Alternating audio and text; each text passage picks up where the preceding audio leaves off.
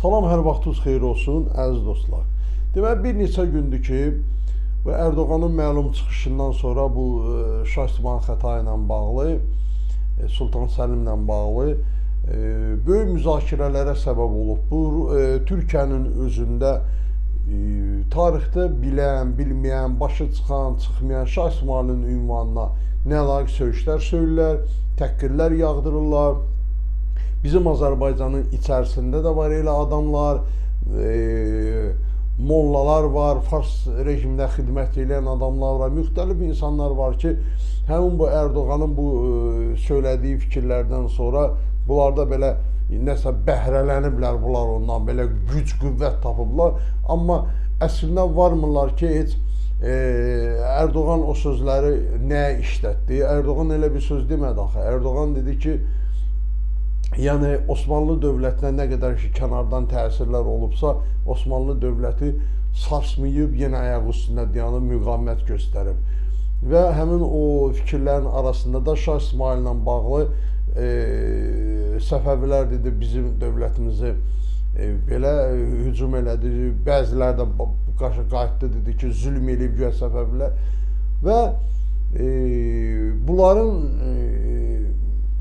bərabər Türkiyədə çox tarixçilər, elm adamları var ki, bu günləri Şah İsmayılın müdafiəsinə qalxırlar. Mən bütün bu söhbətlərin hamısını kənara qoyuram. Mən buradan ümumiyyətlə Sultan Səlimlə Şah İsmayılın apardığı bu çaldıran döyüşü ilə bağlı mən fikirlərimi deyəcəm, ancaq tarixi deyəcəm mən buradan sizə. Buradan ilk öncə mən üzümü tuturam Türkiyədəki qardaşlarımıza. Bir, siz Sultan Səlimlə Şah İsmayılın münasibətlərini araşdırmağa son verin. Burada düşmənlərin barmağı var.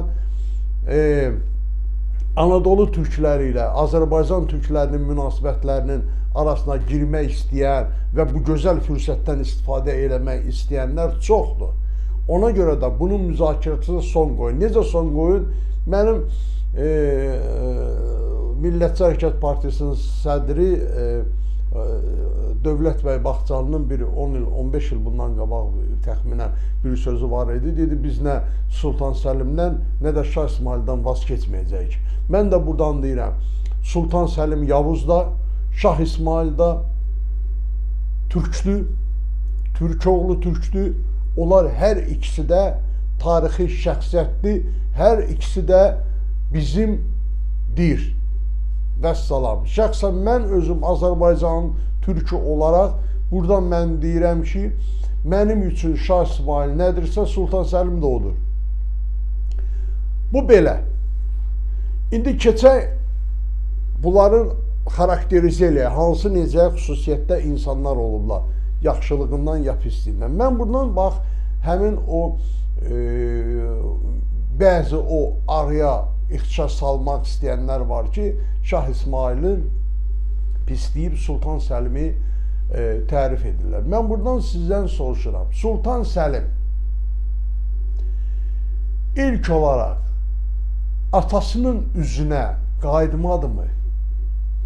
Sultan Səlim atası ona bir qoşun hissəsinə komandanlıq təyin etdikdən sonra həmin o qoşun hissəsini başına yığıb bir dərənin kənarında Bəyazitə atasına müharibə elan etmədimi? Həmin müharibədə Sultan Səlim atasına qarşı müharibədə uduzub qaçmadımı?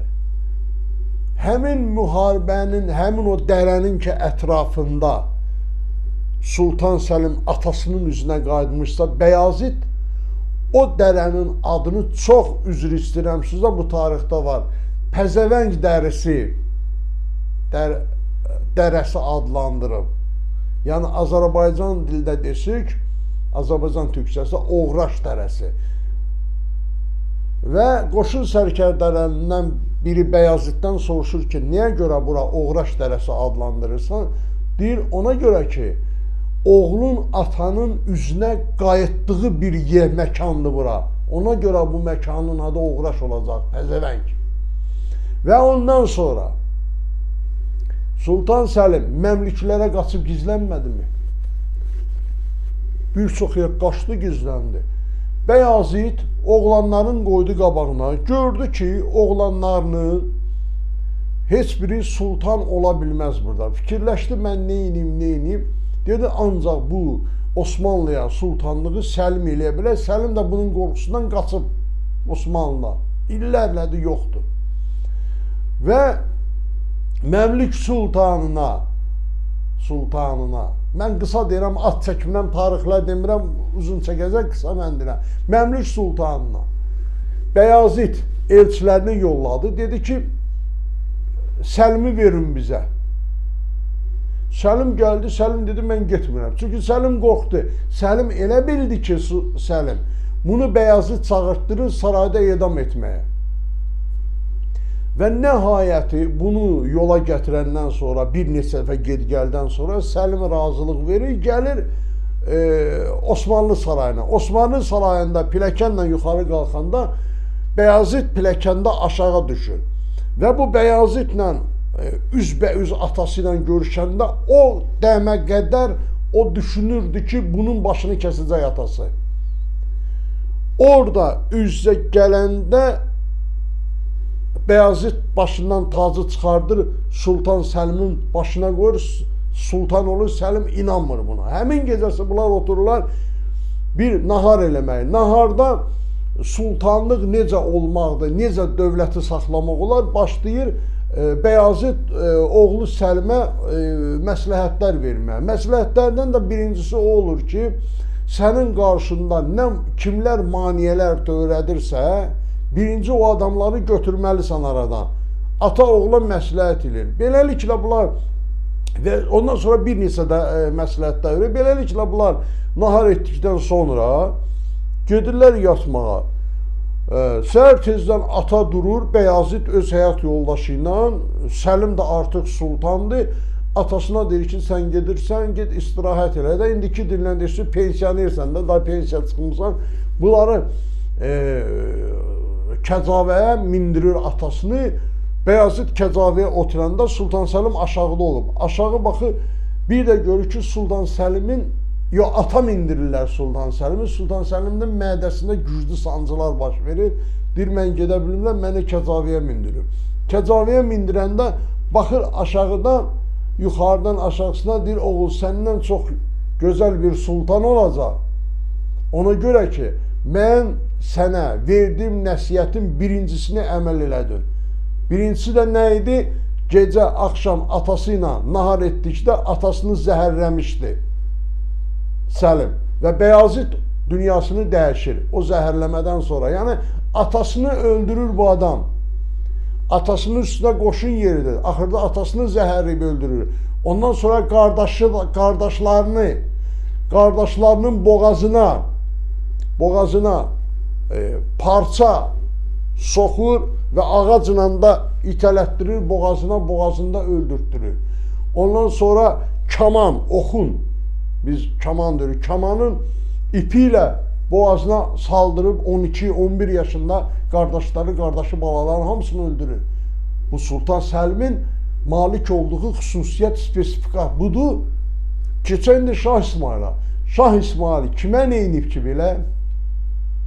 Kimə neynib?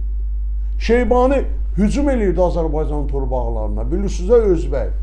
Şeybani getdi Sibirdə donuz damında öldürtdürdü.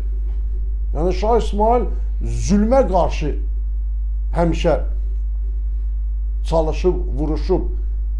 Şah İsmail heç kimə zülm etməyib ki. Yəni bunun bu qədər danışmağı, görün Şah İsmaili bu tarixçilər özləri də yazır. Şeybanini məğlub eləyəndən sonra demək, Şeybaninin hərəmxanasına girir Şah İsmail. Saraya girir, orada hərəmxanalarda da adamlar olurlar. Şah İsmail deyir ki, Şeybaninin nə qədərinə hərəmində qadınlar varsa, hamısını mindirin atlara, 30 nəfərdə mühafizəçi atçı verir. Bunları öz dövlətlərindən yola salın. Yəni, Şah İsmailin belə kişiliklərindən saatlarla danışmaq olar. Nəyə görə? bu cür aqressiya yaradıblar.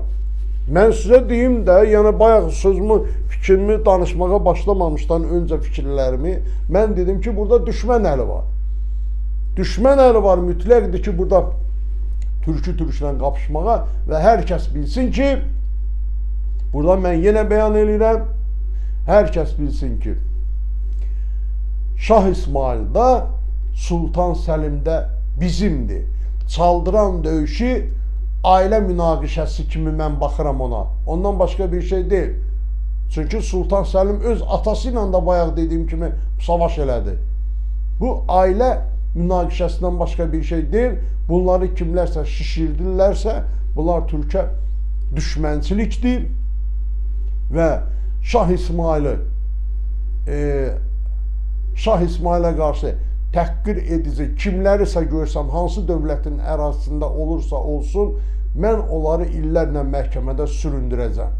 Şəxsən mən Azad İskəndərli söz verirəm buradan. Şah İsmail Azərbaycan türklərinin qeyrət simvoludur, kişilik simvoludur. Kimsə ona toxuna bilməz. Və eyni zamanda da bütün o danışanda deyirik, 1000 illər bizim babalarımız dünyaya hökmranlıq ediblər.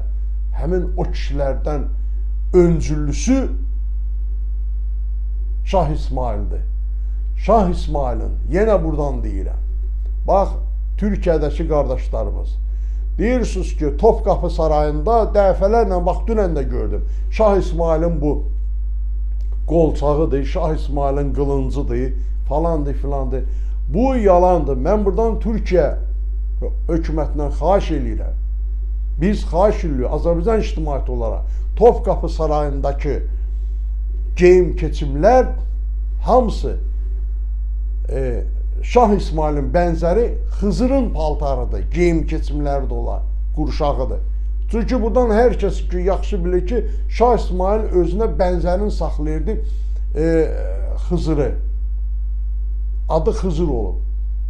Hətta Şah İsmail'in yoldaşı Bəhruzə xanım da bilmirdi ki, o kənarda tədbirlərdə olanda Bəhruzə xanım baxırdı, kənardan bilmirdi ki, o bu tarixdə yazılır belə bir neçə dəfə bilməyib ki, bu Xızırdır, yaşayan Şah İsmail'dir.